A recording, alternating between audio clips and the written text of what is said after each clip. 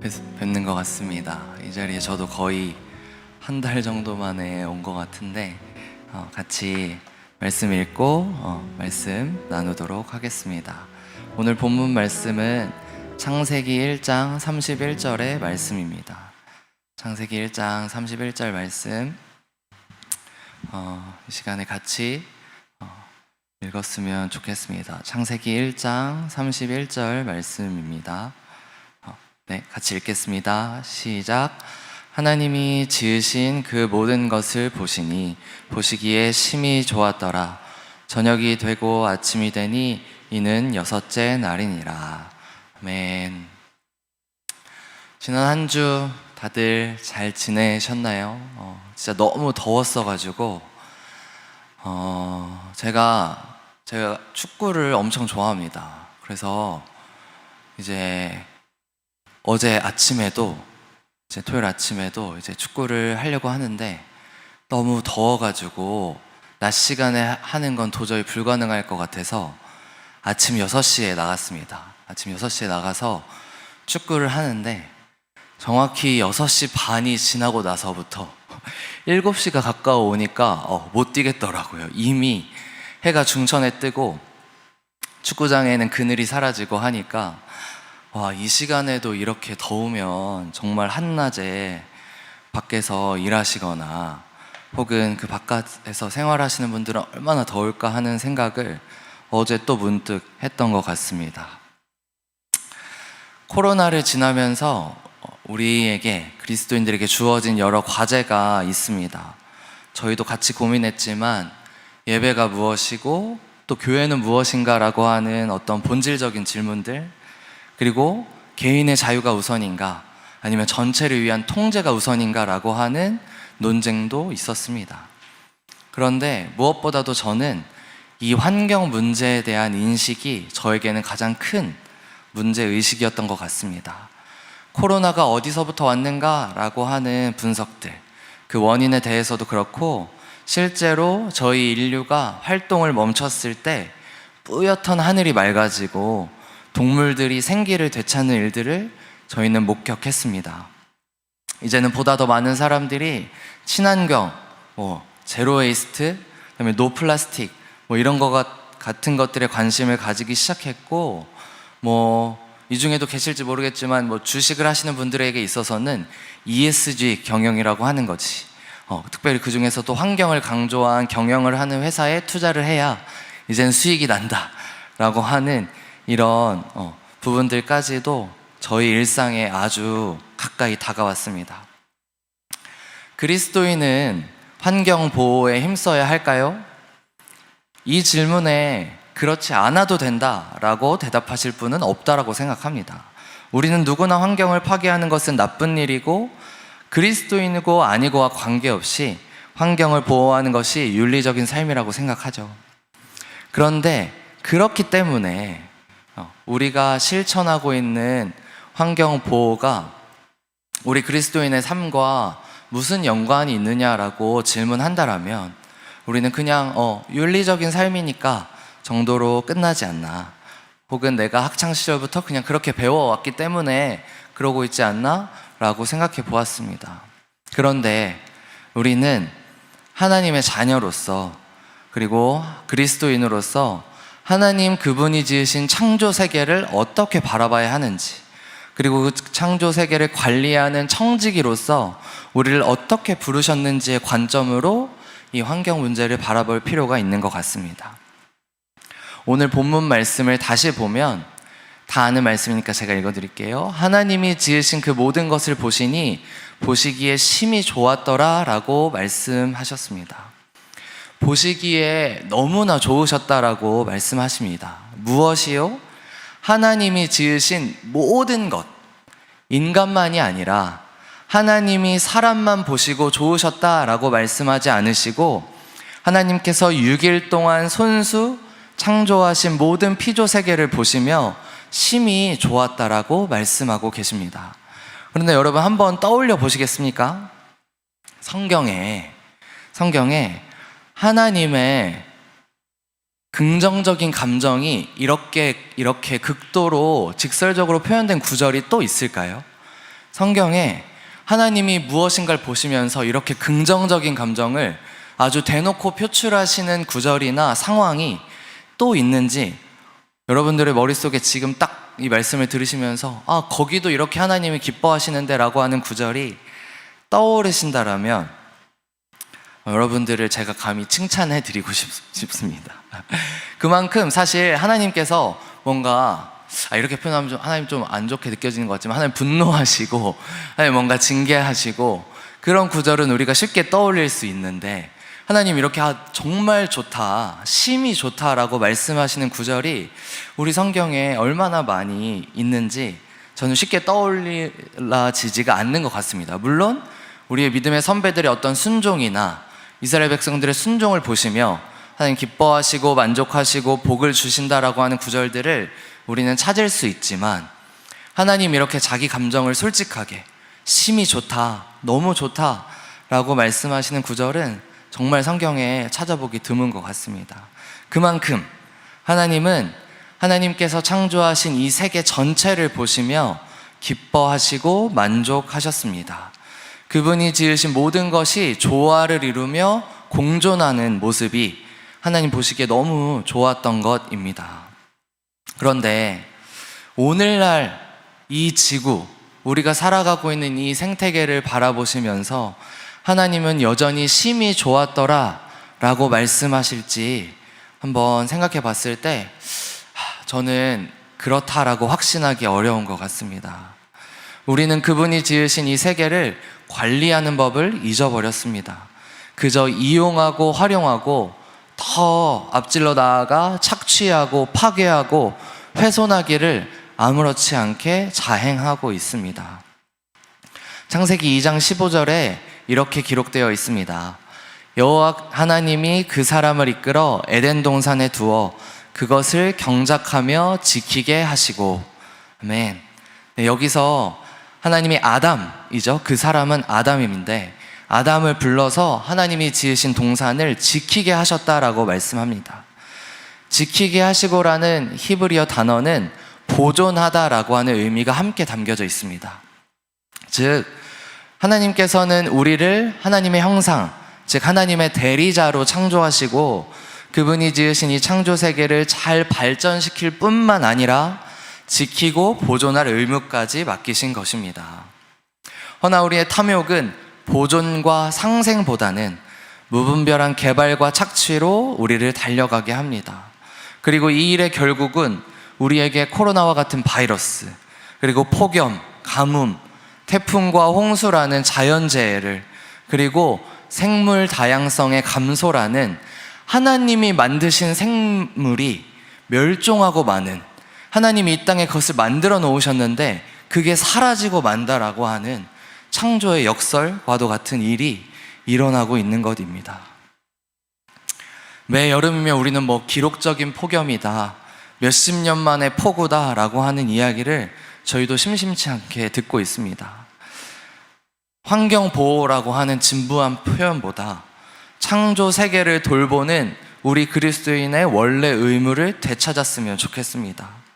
예배하고 기도하고 뭔가 복음을 전하는 것만이 우리의 일이 아니라 하나님이 친히 창조하신 이 세계를 아름답게 관리하고 가꾸어서 우리의 다음 세대들에게, 여기도 우리의 다음 세대들이 있죠, 우리 다음 세대들에게 잘 전달해 주는 건 역시 우리 그리스도인의 사명이라고 말씀드리고 싶습니다. 왜냐하면 우리 하나님이 그것들을 지으신 창조의 하나님이시며 동시에 사랑과 또 공의와 정의의 하나님이시기 때문입니다. 환경보호, 그리고 이 창조 세계를 돌보는 것과 우리 하나님이 공의와 정의의 하나님이신 것이 어떻게 연결될까요? 우리가 오늘날 뉴스를 많이 보면서 요즘 올 여름에도 유독 계속 그런 뉴스가 많이 나오고 있죠. 맞닥뜨리고 있는 기후 변화, 요즘엔 기후 위기라고 사실 많이 표현하는데, 그래서 우리나라도 그렇고 요즘 유럽도 폭염 때문에 아스팔트가 녹고 심지어 너무 더워서 신호등이 휘는 거죠. 신호등이 휘기까지 하는. 그래서 수십 명의 사람들이 더워서 죽고, 제가 들은 바로는 케냐는 3년째 우기가 사라졌다라고 합니다. 비가 와야 되는데 3년 동안 비가 오지 않고 있는 거죠. 등등등 뉴스만 검색하면 수많은 이슈들이 등장합니다. 그런데 이 기후위기의 주범은 바로 인간입니다. 우리가 먹고 사용하고 건설하고 또 소비하는 활동들이 지구를 더 뜨겁게 하고 있습니다. 이 말은 지금 일어나고 있는 자연재해나 지금 저희가 겪고 있는 폭염들이 단순히 지구 생태계 시스템 때문에 일어나는 우연적인 혹은 자연적인 현상이 아니라는 뜻입니다.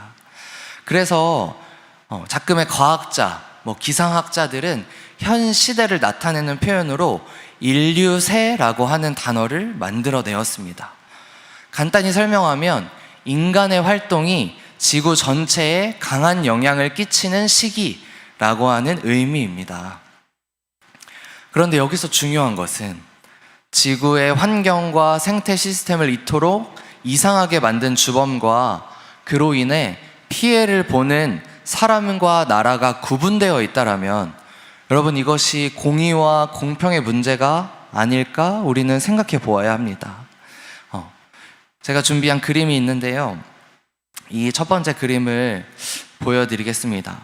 이게 첫 번째 그림은 아니고요, 혹시 세계지도가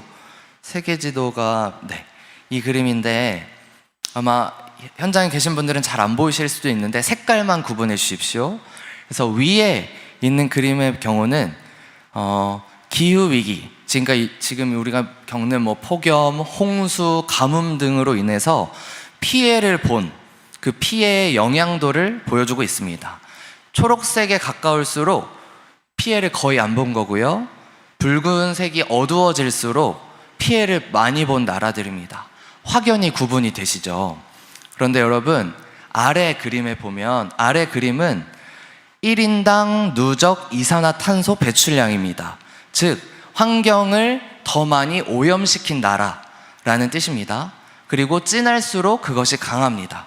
우리가 잘 알고 있는 대부분의 선진국, 미국, 유럽, 그다음에 러시아, 그다음에 우리나라에 이르기까지가 가장 진하죠. 그런데 위의 그림과 비교해서 보시면 바로 그 차이를 아실 수 있습니다. 즉 무엇이냐면 환경에 영향을 주고 그 환경을 오염시킨 나라들은 대부분 초록색이죠. 그 말은 무엇이냐면 우리가 소비하고 이들이 환경을 파괴하며 개발하고 성장하는 동안 그 피해는 고스란히 지구 환경에 영향을 끼치지 않은 나라들이 보고 있다는 뜻입니다. 여러분, 이것이 과연 공평한 일입니까? 하나님 보시기에 공의로운 일일까요? 지구 환경에 영향을 끼친 대부분의 나라들은 그 피해를 보지 않고 있습니다. 여러분, 아주 단순하게 우리나라만 보더라도 여러분, 강남의 저 높은 아파트 빌딩에 사는 사람들이 수해를 입었다는 뉴스를 들어보신 적 있나요? 그런데 이건 단순히 빈부의 문제를 떠나서 그만큼 문화와 문명이 잘 발달한 나라일수록 사실은 환경에 더 많은 영향을 끼쳤고, 그런데 그 끼친 영향의 피해가 사실은 우리가 알고 있는 제3세계, 저개발 국가, 우리가 이미 우리의 이웃이라고 말하는 가난하고 소외된 사람들로 그 영향이 더 많이 가고 있다는 것입니다. 환경을 파괴하는데 거의 일조하지 않은 엉뚱한 나라들이 오히려 가뭄과 홍수와 태풍과 폭염으로 고통을 당하고 있습니다. 오늘 우리가 내뿜는 이 온실가스가 지구 반대편에 그 온실가스를 전혀 배출하지 않은 나라 사람들을 괴롭히고 있다라면, 지난 200년간 선진국들이 쌓아놓은 지구 온도로 인해 제3세계 사람들이 피해를 입고 있다라면 이것은 공의와 정의의 문제가 아니고 무엇이겠습니까? 이렇게 한번 예를 들어볼까요? 저는 담배를 피지 않습니다. 그런데 때론 길을 걸으면서 제 앞에 담배를 태우시면서 걸어가시는 분이 있고 그 연기가 제 얼굴을 맞닥뜨릴 때 저는 그렇게 생각합니다. 아니, 자기 건강 해치는 것도 모자라서 나한테까지 담배 연기를 마시게 하다니 이게 얼마나 이기적인 행동인가 라고 생각합니다. 너무나 쉽게 제가. 그런데 여러분, 저희가 사실은 그렇게 하고 있던 것입니다. 바로 이 그림에서처럼요. 다른 그림을 한번 보여드리겠습니다. 1인당 이산화탄소 배출량입니다. 사우디, 미국, 캐나다 다음이 한국이에요. 우리나라는 이 세상의 어느 나라보다 우리 개인은 개인마다 조금씩 다르겠지만 전 세계 어느 개인들보다 이산화탄소를 많이 배출하고 있고, 그 뜻은 이 지구가 더 뜨거워지는데 더 많은 지분을 갖고 있다는 뜻입니다. 세계 평균의 3배 정도 됩니다. 그러면서 다른 그림 하나를 더 보시면, 이것은 지금 우리가 살아가는 데 있어서 쓰는 에너지가 몇 개의 지구를 필요로 하는지를 보여주고 있습니다. 보시면 한국은 3.4개의 지구가 필요한 만큼 에너지를 사용하고 있다는 뜻입니다. 그 말은 무엇이냐면 1년 동안 지구 생태계가 스스로 만들어낼 수 있는 그 에너지의 3.4배를 쓰고 있다는 뜻이죠. 다른 말로 얘기하면 저희는 4월에 이미 올해 지구가 만들어낼 수 있는 에너지를 다 썼습니다. 그 말은 이렇게 다시 얘기할 수 있습니다. 지금 저희는 이제 8월에 접어들잖아요, 곧. 지금 우리가 쓰고 있는 에너지는 사실은 내년에 혹은 조금 더 나아가면 우리 다음 세대가, 심지어 아직 태어나지 않은 우리의 자손들이 써야 될 지구 에너지를 저희가 끌어다 쓰고 있다라는 뜻입니다. 우리가 뭔데 그러고 있을까라고 하는 생각이 듭니다. 저는 솔직히. 저는 아직 아이가 없거든요. 결혼했지만 아이가 없는데, 내가 곧 태어날 우리 아이에게 무슨 짓을 하고 있었던 거지? 라고 하는 생각을 저는 이 환경에 대한 이슈를 접하면서 많이 하게 되는 것 같습니다. 우리 자손들도 똑같이 하나님의 자녀로서 이 땅을 향유해야 될 자격이 있는데, 내가 그들의 자격과 그들이 써야 될 에너지를 끌어다 쓰고 있다라고 하는 이 사실을 직면하고서는 참 많이 돌이키게 되는 시간이 있었던 것 같습니다. 우리는 단순히 환경 보호, 나무와 풀들을 더 아껴주기 위해서, 우리의 반려동물들을 더 잘 자라게 하기 위해서 환경 보호를 해야 한다라고 말하는 사람들이 아닙니다. 우리는 하나님이 이 땅을 창조하셨다라고 믿는 사람들입니다. 여러분 아멘이시죠? 그렇다면 우리에게는 하나님이 창조하신 이 창조 세계를 잘 관리해야 될 의무와 목적이 있다라고 믿는 것이죠. 또한 우리 하나님이 사랑의 하나님이고 공의와 정의의 하나님이시기 때문에 우리가 이 땅에 영향을 주는 것으로 인해서 피해를 보는 사람들이 있고, 심지어 아직 태어나지 않은 그 미래 세대에게까지 그 피해가 전가될 수 있다는 걸 알고 있기 때문에 하나님의 관점에서 이 땅을 잘 보존하고 보살펴야 하는 거구나 라고 하는, 즉 그리스도인의 삶의 양식으로서 이 창조 세계를 돌보는 것이 필요하다는 것을 말씀드리고 싶습니다. 내 이웃을 내 몸과 같이 사랑하기 위해서 우리는 지구를 보존해야 합니다. 오늘도 수많은 사람들이 가뭄과 홍수와 폭염으로 인해 그리고 그것으로 인한 빈곤에 허덕이고 있습니다. 그런데 그것의 원인의 일부가, 전부라고 말할 수는 없겠지만, 바로 저의 낭비와 부주의와 물질을 향한 멈출 줄 모르는 탐욕 때문이라면 우리는 이 일 가운데 하나님의 뜻을 구하고 돌이키는 것이 필요하다고 생각합니다. 골로새서 1장의 말씀을 읽어드리겠습니다. 그의 십자가의 피로 화평을 이루사 만물 곧 땅에 있는 것들이나 하늘에 있는 것들이 그로 말미암아 자기와 화목하게 되기를 기뻐하심이라. 골로새서는 특별히 예수 그리스도의 십자가를, 그리고 그로 인한 구원을 화평이라고 설명하고 있습니다. 근데 그 화평의 대상은 땅에 있는 우리 인간들만을 포함한 것이 아니라 하늘과 땅에 있는 모든 만물을 위한 화평이라고 말씀하고 있습니다. 만물의 화평을 이루어 가시는 하나님, 그분의 구원과 통치는 결코 인간의 영역에 멈추는 것이 아닙니다.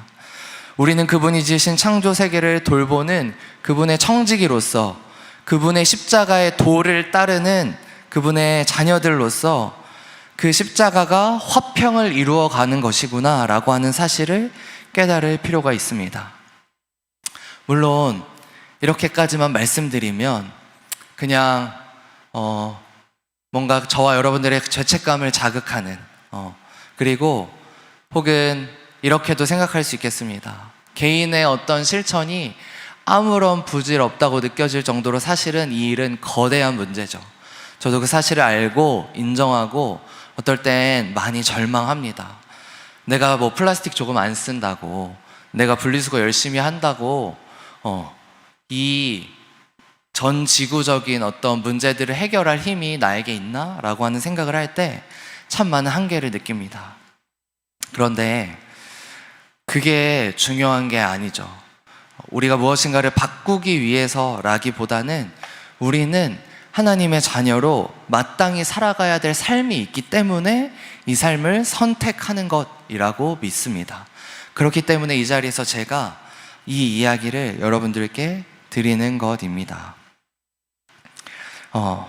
마지막으로 역대하 7장 13, 14절의 말씀을 읽고 말씀 마치고 싶습니다. 혹 내가 하늘을 닫고 비를 내리지 아니하거나 혹 메뚜기들에게 토산을 먹게 하거나 혹 전염병이 내 백성 가운데 유행하게 할 때에 내 이름으로 일컫는 내 백성이 그들의 악한 길에서 떠나 스스로 낮추고 기도하여 내 얼굴을 찾으면 내가 하늘에서 듣고 그들의 죄를 사하고 그들의 땅을 고칠지라. 저는 이 말씀을 믿습니다. 그래서 땅을 고치는 그 큰 일은 하나님께 맡겨드리고 싶습니다. 우리의 힘으로 땅이 고쳐질 거라고 이 말씀은 기록하고 있지 않습니다. 땅을 고치는 것은 하나님이 지은 이 피조 세계를 하나님 다시 회복시키시는 일은 하나님께서 하실 것이라고 말씀하고 계십니다. 그런데 이 말씀에서 도전하고 있는 한 가지가 있죠. 그것은 내 이름, 하나님의 이름으로 일컬어지는 그분의 백성들이 무엇인가 해야 할 일이 있다라고 말씀하고 있습니다. 그것은 악한 길에서 떠나 스스로 낮추고 기도하는 것입니다. 그런데 저는 여기서 스스로의 방점을 찍고 있습니다. 여기 스스로라고 써 있죠. 스스로 할 수 있습니다. 우리가 할 수 있습니다. 땅을 고치는 것은 우리가 할 수 없지만 내가 지금 무엇인가 실수하고 있었구나, 잘못하고 있었구나 라고 하는 것을 깨닫는 것에서부터, 그래서 그 악한 길에서 돌이키는 것까지는 우리가 스스로 할 수 있다라고 말씀이 기록하고 있습니다. 사랑하는 씨앗교회 성도님, 그리고 모든 우리 이 예배를 함께 하시는 예배자 여러분, 우리가 스스로 할 수 있는 일이 있다라고 말씀이 기록하고 있습니다. 그것은 이것이 잘못된 것이구나 라고 하는 것을 깨닫는 것이고요, 그리고 그것으로부터 우리의 삶을 조금씩이라도 돌이키는 것, 그래서 하나님의 바른 길을 걸어가는 것이 우리가 해야 될 바로 그 첫 번째 일입니다. 그렇게 하기 시작할 때 하나님께서 땅을 고쳐주실 거라고 약속합니다. 오늘 이 시간에 창조 세계를 돌보는 그리스도인이라는 제목으로 말씀을 전했습니다. 이 말씀이 익숙하신 분들도 있고 전혀 새롭게 굳이 설교 시간에 환경 문제까지 다뤄야 되나? 라고 생각하시는 분들도 계실지 모르겠습니다. 그렇지만 저는 환경에 대한 이야기를 한 것이 아닙니다. 하나님이 창조하신 이 세계를 하나님을 믿는 우리가 어떻게 대해야 하는지, 그리고 이웃을 사랑하고자 애쓰는 우리 씨앗교회가 저 지구 반대편에 전혀 환경에 영향을 끼친 적 없는 이웃들이 어떻게 고통받고 있는지를 직면하자는 것입니다. 그리고 그것에 우리의 일정 부분 책임이 있다라면 우리가 그것을 돌이키고 하나님 앞에 조금씩이라도 바로 서기 시작했을 때 땅을 고쳐주실 하나님의 약속을 의지할 수 있게 될 것이라고 저는 믿습니다. 네, 그렇다면 오늘 말씀을 좀 기억하고 상기하시면서 계신 곳에서 같이 기도하는 시간 잠시 가지시면 좋겠습니다. 기도하시겠습니다.